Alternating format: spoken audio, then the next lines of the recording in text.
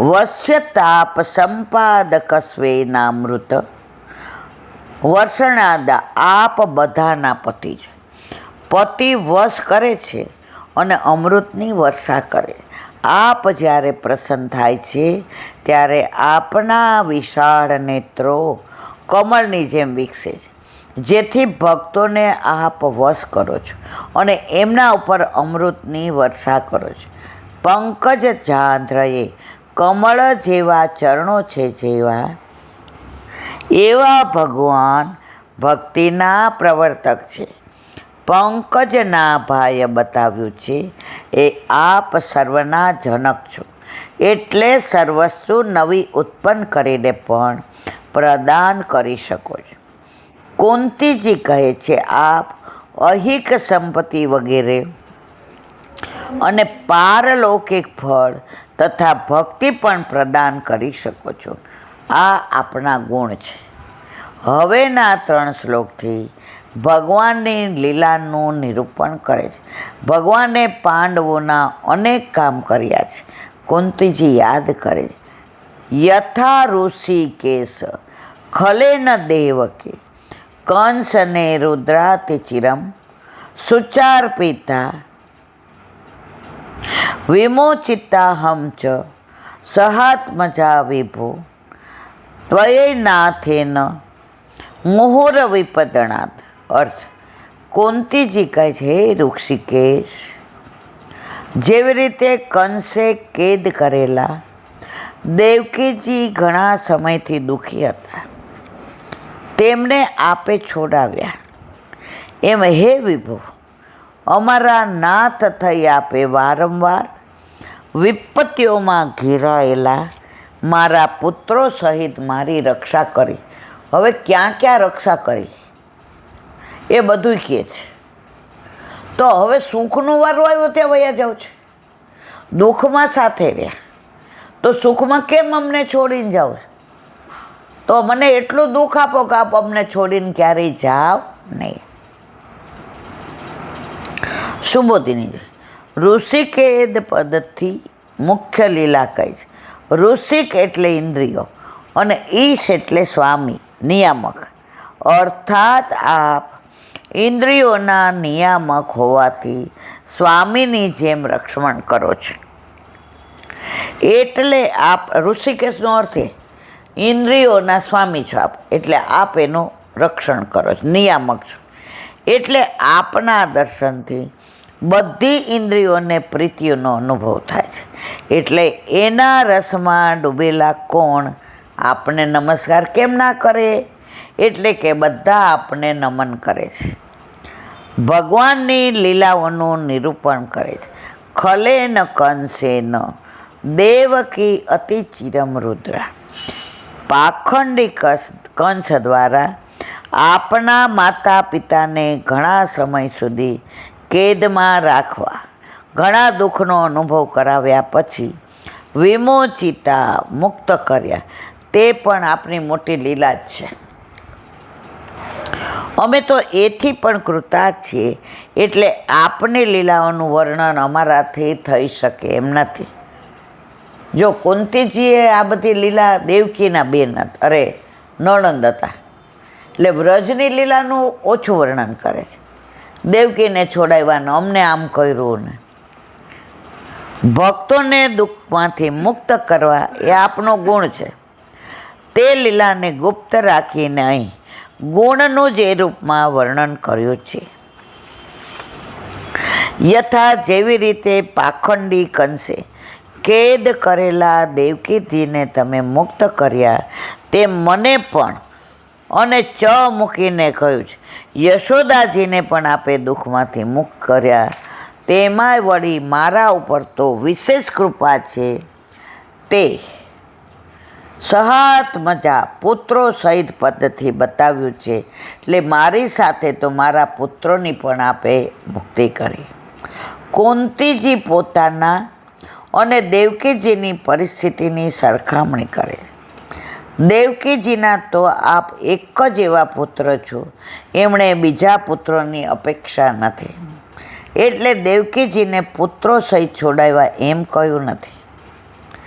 બીજા પુત્રોને તો કંસે મારી નાખ્યા હતા, એટલે બીજા પુત્રો સહિત છોડાવવાનો કોઈ મતલબ જ નથી. આપણા સિવાય દેવકીજીને બીજા કોઈ પુત્ર ન હતા. શંકરસણ હતા, પણ એ તો ઠાકોરજીની સાથે હતા. એમને આપ દેવકીજી સાથે દુઃખમાંથી છોડાવો.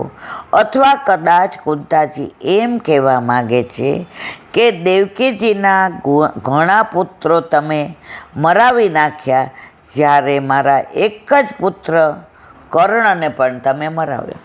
અહીંયા શબ્દો આપણને ખોટા લાગે, પણ ઠાકોરજી ના માટે થઈને બાકીના મરી ગયા છે.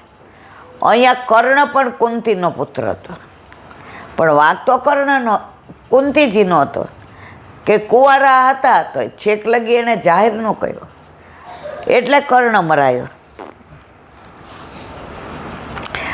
આમ આપે મારા પર કેટલી કૃપા અને દેવકીજી પર કરેલી કૃપામાં વિપરીતતા જ. ભગવાને એમ કેમ કર્યું? ત્યાં કહે છે, વિભો આપ સમર્થ છો. ત્વય નાથે ન, એટલે સ્વામી થઈને આપ દુઃખમાંથી મુક્ત કરો છો. અથવા દેવકીજીને તો આપે એમના સ્વામી વસુદેવજી સાથે મુક્ત કર્યા છે. મારા સ્વામી પાંડુ તો છે ને, એટલે હું તો અનાથ હતી, એટલે આપે મારા નાથ બનીને મારી રક્ષા કરી છે. તમે સ્વામીને છોડાવો અને સ્વામી બનીને છોડાવો, એમાં આપ સ્વામી બનીને બધી જવાબદારી લઈ છોડાવો એ ઉત્તમ. દેવકીજીને તો સ્વામી સાથે હતા જેલમાં અને છોડાવ્યા. હું તો અનાથ હતી, તો અનાથની રક્ષા કરી એ તો ઉત્તમ છે. તો દેવકી કરતાંય આપે મને વધુ પ્રેમ કર્યો છે કે મારો સ્વામી નહોતો, મારો પતિ નહોતો, છતાંય મારા પુત્રો સહિત આપે દરેક જગ્યાએ મારી રક્ષા કરી છે. વળી દેવકીજીને તો આપે વારંવાર છોડાવ્યા નથી, માત્ર 2 જ વાર છોડાવ્યા હતા. જ્યારે મને તો બાળપણથી જ વારંવાર આપે વિપત્તિઓમાંથી છોડાવી છે, તેમાં પણ વિપદ ગણાત વિપત્તિઓના સમૂહમાંથી. દુર્યોધને કેટલા હેરાન કર્યા, લક્ષાગૃહ હોય કે ભીમને ઝેરના લાડુ આપ્યા હોય કે દ્રૌપદીના વસ્ત્ર ખેંચ્યા હોય, કેટલા બધા ગણ્યા ગણાઈને જુગારમાં હરાવ્યા. 14 વાર ક્ષબ્ન વેશે છુપા વેશે રહેવાનું હોય, ત્યાં પણ છોડ્યા નથી. તો કે છે મને તો વારંવાર દુઃખમાંથી છોડાવ્યા છે, મારી રક્ષા કરી છે. તો દેવકી કરતાં તો ઉત્તમ રીતે મારા નાથ બનીને આપે મારી રક્ષા કરી છે. કોણ કહે છે? કુંતીજી. એટલે કે એક ઉપર બીજી વિપત્તિઓના સમૂહ આવતા જ રહ્યા છે, જેની કથા મહાભારતમાં પ્રસિદ્ધ છે. આમાંથી કેટલીક વિપત્તિઓ ગણાવે છે. બોલો વલ્લભાધીશ. શ્રીમદ ભાગવત અને गुरुदेव दंडवत प्रणाम करो। चंद्र सरोवर पे सूरदास जी के द्वार पे मेरा दंडवत प्रणाम। सुरभि कुंड पे परमानंदास जी के द्वार पे मेरा दंडवत प्रणाम। जमुनावता पे शंकरसन कुंड पे कुंभनदास जी के द्वार पे मेरा दंडवत प्रणाम। बिरजू कुंड पे कृष्णदास जी के द्वार पे मेरा दंडवत प्रणाम। कदम खंडी पे गोविंद स्वामी के द्वार पे मेरा दंडवत प्रणाम। अप्सरा कुंड पे चित्त स्वामी के द्वार पे मेरा दंडवत प्रणाम। मानसी गंगा पे नंददास जी के द्वार पे मेरा दंडवत प्रणाम। रुद्र कुंड पे छत्रपुरदास जी के द्वार पे मेरा दंडवत प्रणाम। વ્રજ વિલાસ વરદની ગોપિકાઓને મારા દંડવત. હે વલ્લભ, સવારથી અત્યાર સુધી સેવા સ્મરણ સત્સંગ જે પણ તે કરાવ્યું તે તારા ચરણારવિંદમાં સમર્પણ કરું છું. ભૂલ અપરાધ થઈ હોય તો ક્ષમા કરજો. બોલો વલ્લભાધીશ કી જય. દ્રઢયેના ચરણ કેરો ભરોસો દ્રઢઈ ન ચરણ કેરો શ્રી વલ્લભ નખ ચંદ્ર છટાદીન સબ જુગ માય અંધેરો ભરોસો દ્રઢ ન ચરણ કેરો સાધન ઓર નહીં આ કલી में જાસો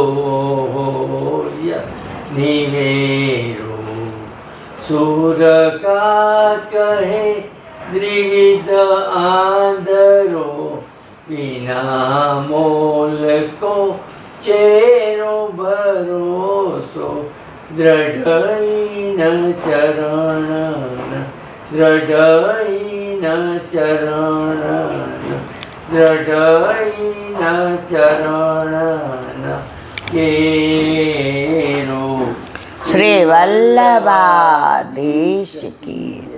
આજનો આ સત્સંગ મારા વલ્લભના ચરણારવિંદમાં સમર્પણ કરું છું. ભૂલ અપરાધ થઈ હોય તો ક્ષમા કરજો. આ મારા વલ્લભની વાણી અને ભૂલો એ મારી. બોલો વલ્લભાધીશ કી. બધાય વૈષ્ણવને ચાચા કરીને જય શ્રી